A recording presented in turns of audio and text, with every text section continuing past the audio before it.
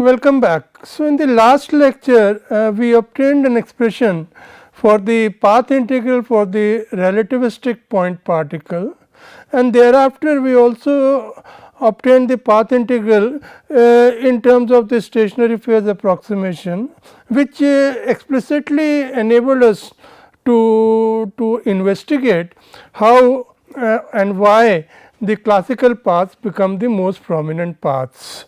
Today we digress a bit and we examine the problems associated with the particle interpretation of quantum mechanics, or the where we look at physical objects as particles in the framework of quantum mechanics. Where do we end up with controversies, with contradictions, and therefore, we have to move towards a more abstract formalism of the quantum field theory. So, my objective today is to elaborate on the impediments that we face in interpreting the particle formulation of quantum mechanics, and thereby pave the way to the field theoretic approach to the investigation or to the examination of physical systems at the quantum level. So, let us start. The free particle Schrodinger propagator we had obtained by a couple of methods in fact, and this is the expression that we ended up in all cases.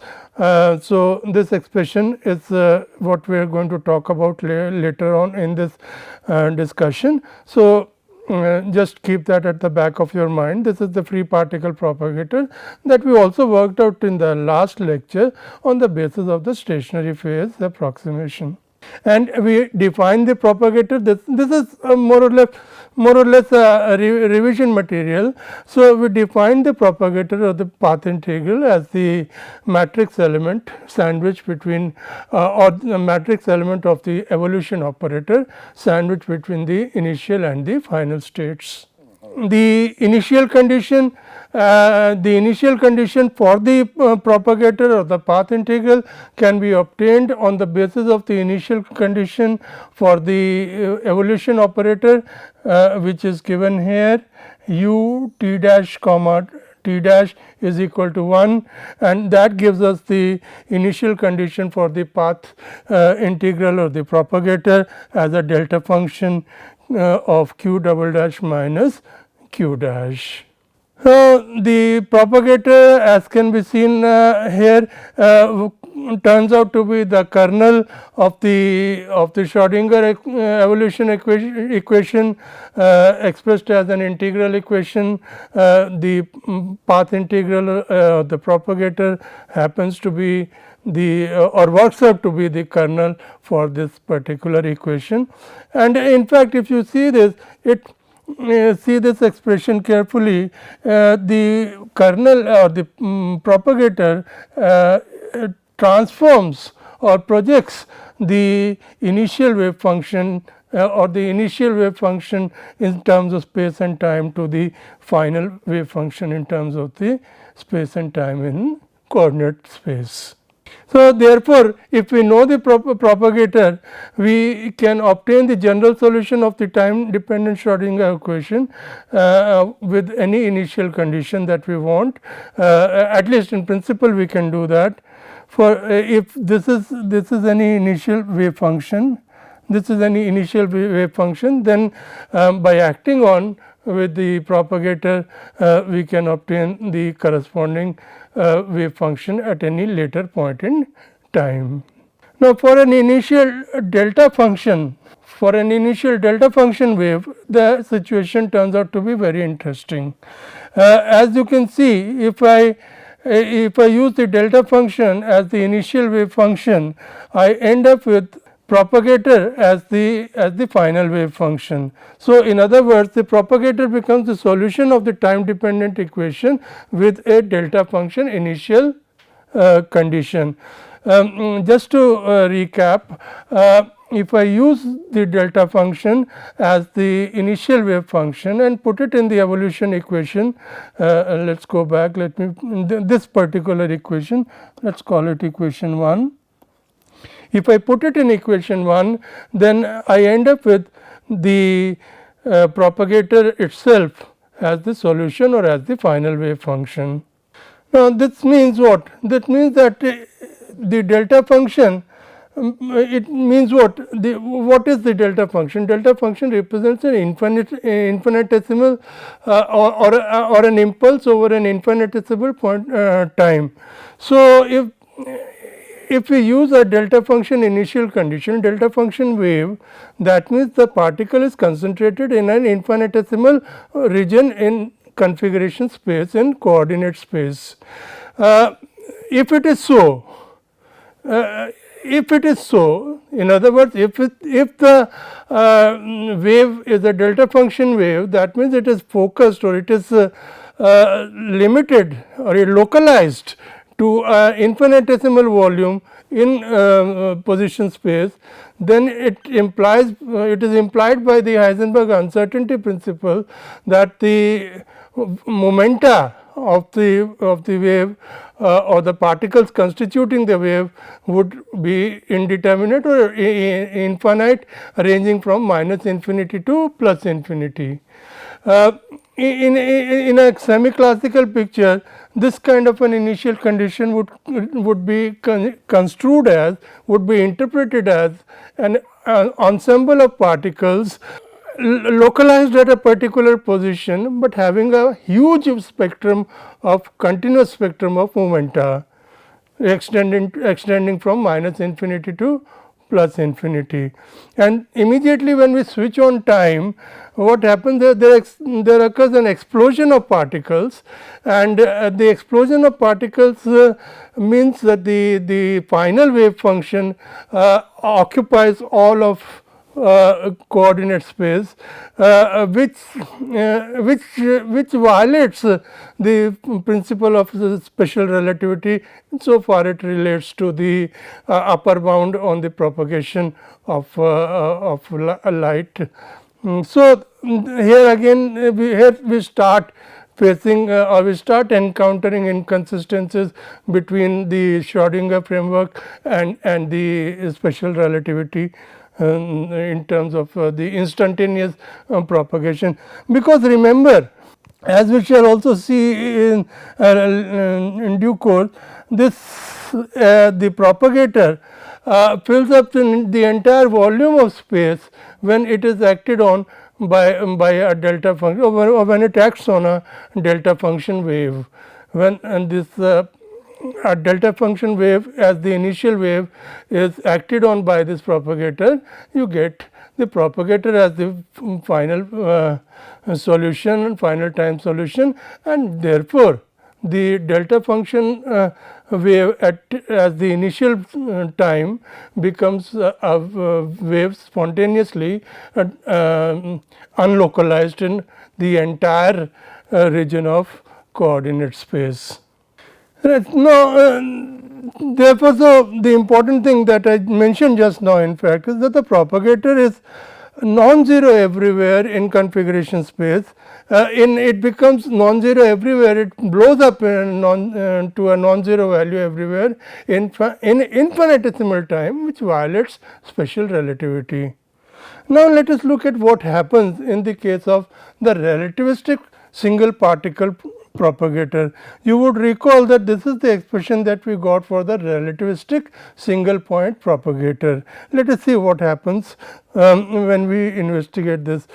Now, in the saddle point approximation or the stationary phase approximation, this the propagator can be approximated by the expression that is given on your slide for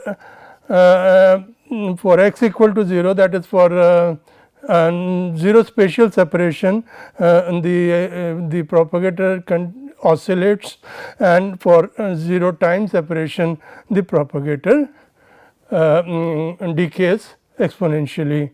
Now, what is the implication of this? The implication of this is that the propagator does not vanish where if x2 and x1 are separated by a space like interval. Why do I say so? In other words, if x2 and if x2 lies outside the light cone of x1, and the light cone that is generated by x1, x2 lies outside that light cone. In spite of the 2 points being space like separated, the propagator does not have a 0 value. In other words, there is non-zero probability of propagation between two space like separated points. Why do we say so? Let us look at that. See, the point is, if 2 points are separated space like in a particular Lorentz frame, then you can find another Lorentz frame in which the time in which the two events can be instantaneous.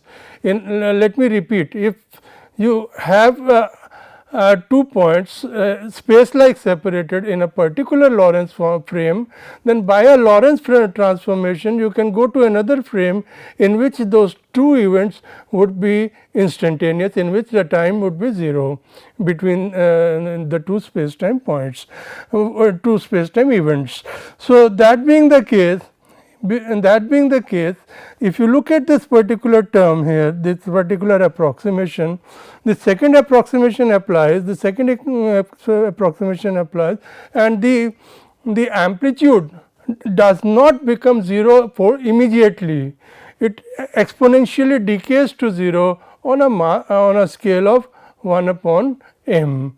So, that is important. The amplitude or the propagator, the transition amplitude does not immediately forthrightly go to 0 outside the light cone. It gradually diminishes, gradually falls, gradually damps down to 0 at a scale of 1 upon m. So, the outcome of this discussion is that even if we look at a relativistic single point particle or a point particle, we have a situation where special relativity is violated, and therefore, we end up in a problem. Notwithstanding the fact that Schrodinger equation was in itself non-relativistic and it was expected to violate relativity, which it did in fact, even in the relativistic framework, when we talk about localized particles, we have a problem on our hands. Let us investigate more. Now, this process that I elaborated just now is called tunneling. It is very common or very conspicuous to quantum systems. And in fact, because if you can look at the Lagrangian of the single particle, the Lagrangian also becomes imaginary for velocities greater than the velocity of light, and therefore, this behavior which was anticipated or which occurred in the propagator was more or less on expected lines. Now, there is another impact of another inference that can be drawn from the expression that we obtained for the single particle relativistic propagator, and that is that particle states cannot be localized. Particle states cannot be localized. That is clearly seen if you look at this the expression in the green box. Were the contrary true, in other words, were it possible to localize the particle states completely, we should have obtained a delta function for the expression that is on the left hand side of the transition amplitude at a given time, at a fixed time, at a initial point time of two different states. They should be related, or they should yield us the delta function, but it does not do so. When we actually work out the transition amplitude, the left hand side for the expression that we have derived earlier, we do not get a delta function. So, what is the implication of this? The implication is that you do not get non-overlapping position eigenvalues, and because you do not get non-overlapping position eigenvalues representing a single particle, the localization fails, and it becomes physically impossible to localize a single particle in the case of particularly in the case of space-like separations. You cannot attribute specific eigenvalues and eigenstates corresponding to specific particles or corresponding to specific measurements on specific particles. So, that problem arises. That is another problem which we encounter when we talk about a particle based system or a particle based formalism which includes special relativity. We cannot physically localize single particle states for space like separations. So, that is another issue that we encounter. So, in both cases we have problems, and now we look at another issue that again arises from the same expression for the propagator that we obtained for the single particle relativistic relativistic particle. Now, if x2 and x1 are separated by a time like interval, if x2 and x1 are separated by a time like interval, then this expression is Lorentz invariant. In other words, you look at any Lorentz transformation, you work on any operate or apply any Lorentz transformation on a time like interval, you end up with a time like interval.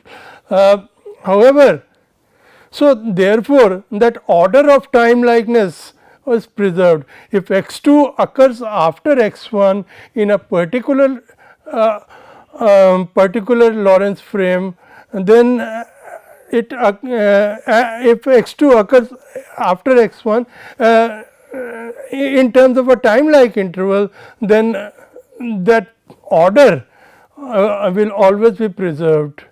But what happens if x2 and x1 are separated by a space like interval? Then we have an issue. Why? Because if x2 and x1 are separated by a space like interval, and let us say in that particular frame, let us say there is a frame O in which x2 occurs after x1, x2 occurs after x1, but x2 and x1 are separated by space like intervals, then there can be, through a Lorentz transformation, we can through a Lorentz transformation transform to another frame O dash, in which the time interval between x2 and x1 becomes the other way around. In other words, if in O, in the frame O, x2 follows x1 in terms of time, but the two events are separated space like, then in the other frame O dash, in the other frame O dash, the time order may be reversed, where O and O dash are connected by a Lorentz transformation. So, the order of time is not preserved in the case of space like intervals. So, that is another important issue, another important factor, then that is called causality or violation of causality. So, let me repeat it because it is very important. If x2 follows x1 in a particular frame O, and x2 and x1 are related through time like are time like in a sense, then this statement is invariant, or the statement is Lorentz invariant. In other words, in every Lorentz frame or through every Lorentz transformation, x2 will follow x1 always, x2 will not precede x1, provided of course x2 and x1 are connected with through a time like interval, and number 2, x2 follows x1 in a particular frame. So, x2 follows x1 and x2 and x1 being time like connected through a time like interval, the two together form a Lorentz invariant statement. However, in the case where x2 follows x1, but x2 and x1 are connected by space like interval, it is not a Lorentz invariant. In other words, through a Lorentz transformation, we can move to a frame from O to O dash in which the time order of occurrence of x2 and x1 gets reversed. In other words, if x2 follows x1 in frame O, it may be possible that x2 precedes x1 in a frame O dash, where O and O dash are connected by a Lorentz transformation, and x2 and x1 are connected by a space like interval. So, that is another violation of causality that we encounter in the case of particle based interpretation of physical systems. Right.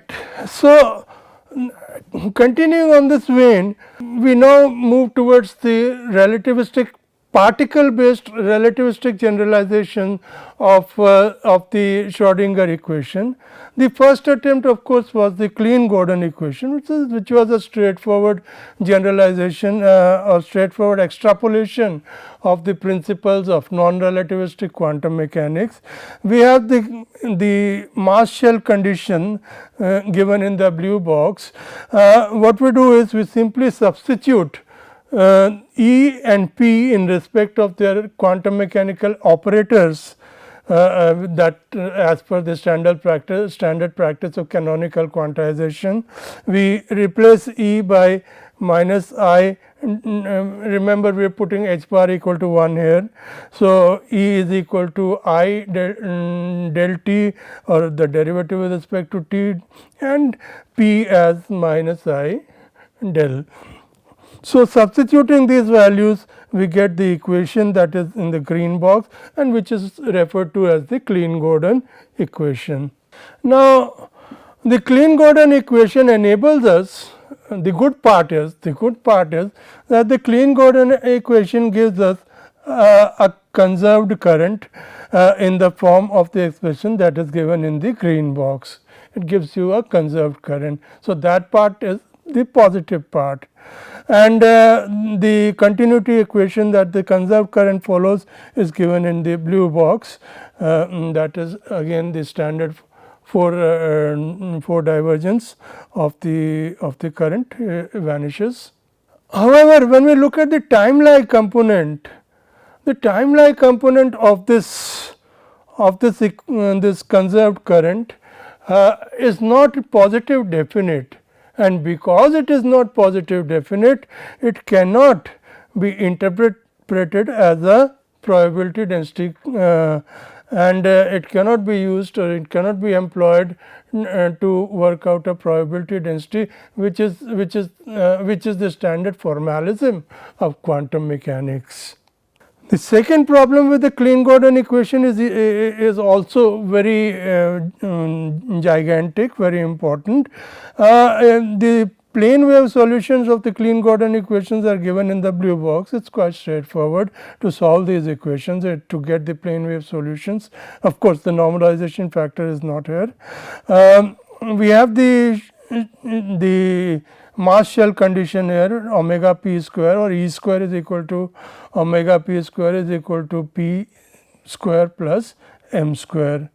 But the important point is, if you want to have a complete basis of states, as you can see from the equation in the blue box, if you want to have a complete basis of states, then you must include plane waves for E greater than 0 and E less than 0. E greater than 0 alone does not provide you with a complete basis.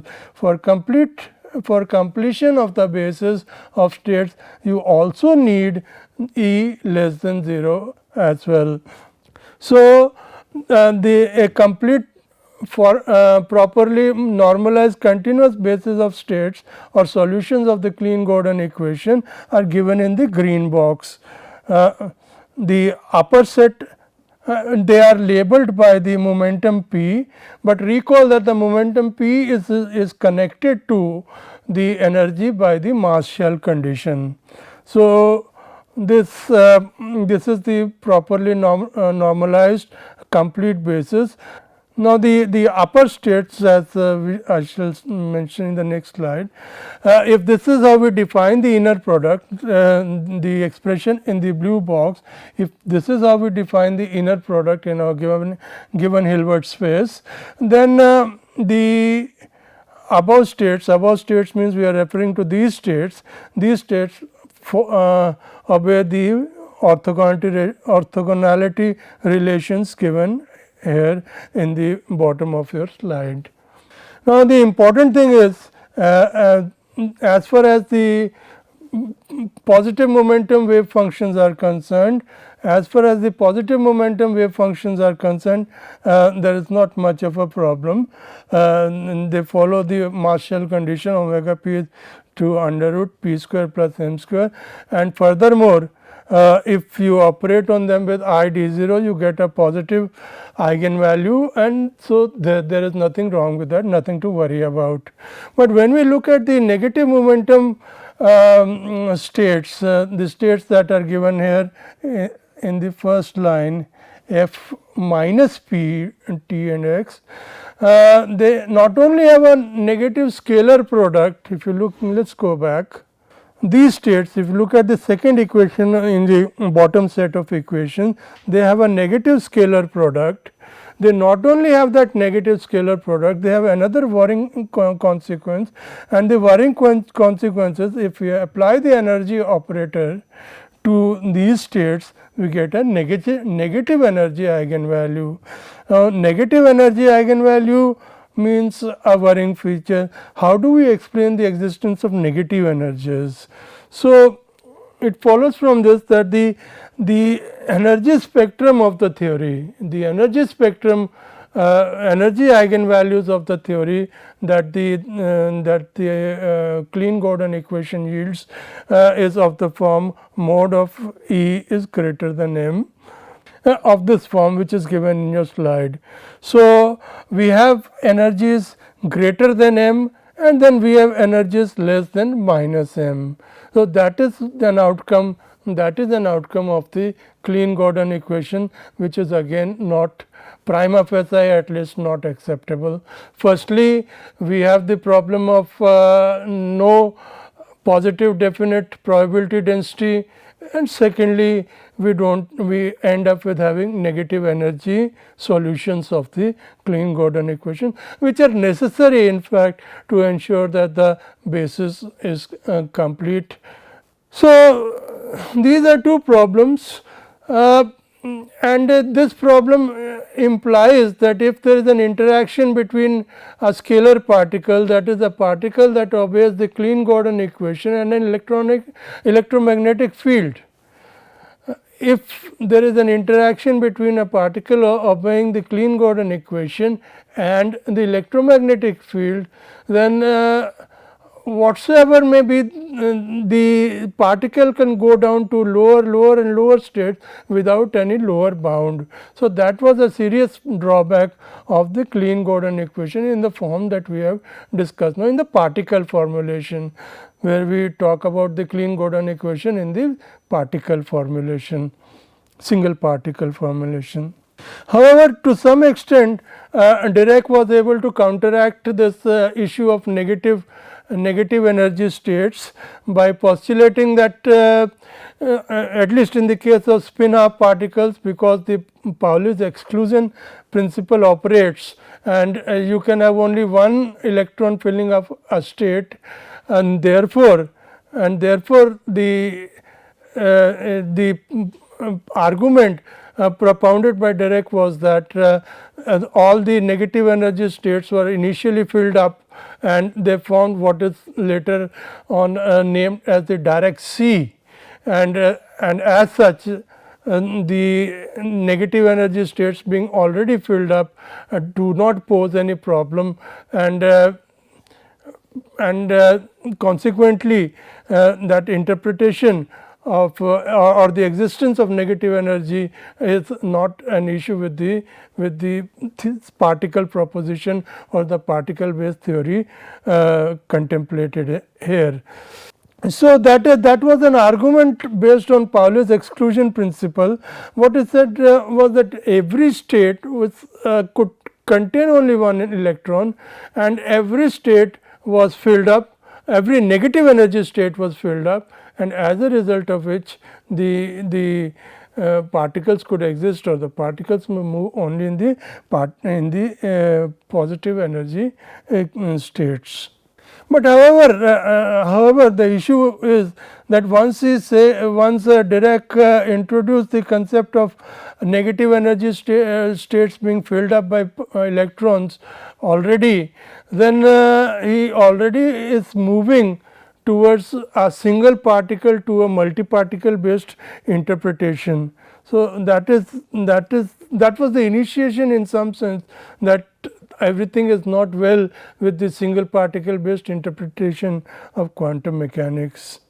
And in fact, if a particle is bombarded on this Dirac sea with energy greater than 2 m, where m is the mass of the electron, then it is quite practical that the particle could form an electron positron pair, and the electron could shoot out, and the positron could be represent or could be present as a hole in the Dirac sea. And this hole, which is a positron, really could behave as an electron of equal mass and opposite charge, and it was named as the positron. And this is the figure that displays this interaction. A photon carrying energy greater than 2 m is interacting on the Dirac sea at a particular point, where a pair is generated consisting of the electron and the anti-electron, or that is the positron. The electron flies off and the positron remains in the Dirac sea, creating or appearing in the form of a hole in the Dirac sea. Then we had a more serious problem also, that was the Kleene paradox, which again required a multi-particle interpretation in order to make anything sensible out of it. Kleene was studying the scattering of a relativistic electron by a square potential using Dirac wave equation. So, I will elaborate on this issue, but I will use the Kleene-Gordon equation, since that is simpler to consider, simpler to discuss. What happens is, suppose we have a square potential of height V0. This is my square potential of height V0, and the particle are being bombarded on the square potential well. Particles are moving towards the potential barrier, as it is. The height of the potential barrier is V0. Particles are bombarded towards the positive x direction from a particular source, and towards this potential barrier, and the impact is studied. So, what happens? Now, we arrive at the expressions for the various parameters of the problem, the reflection coefficient and the transmission coefficient, by making certain mandatory requirements, by imposing certain mandatory requirements on the wave function, that the initial wave function and the wave function post the interaction with the potential barrier have to follow. First of all is that the wave functions have to be continuous. So, wave functions need to be continuous in both the regions. This is region 1, this is region 2. So, wave functions in both the regions need to be continuous across the barrier or at the barrier. And the second is the first derivatives of the wave functions also need to be continuous along the barrier.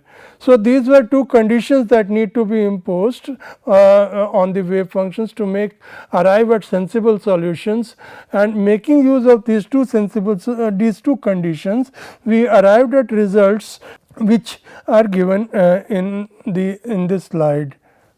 we get the transmission coefficient as this expression and the reflection coefficient as this expression. From here we will continue after the break. Thank you.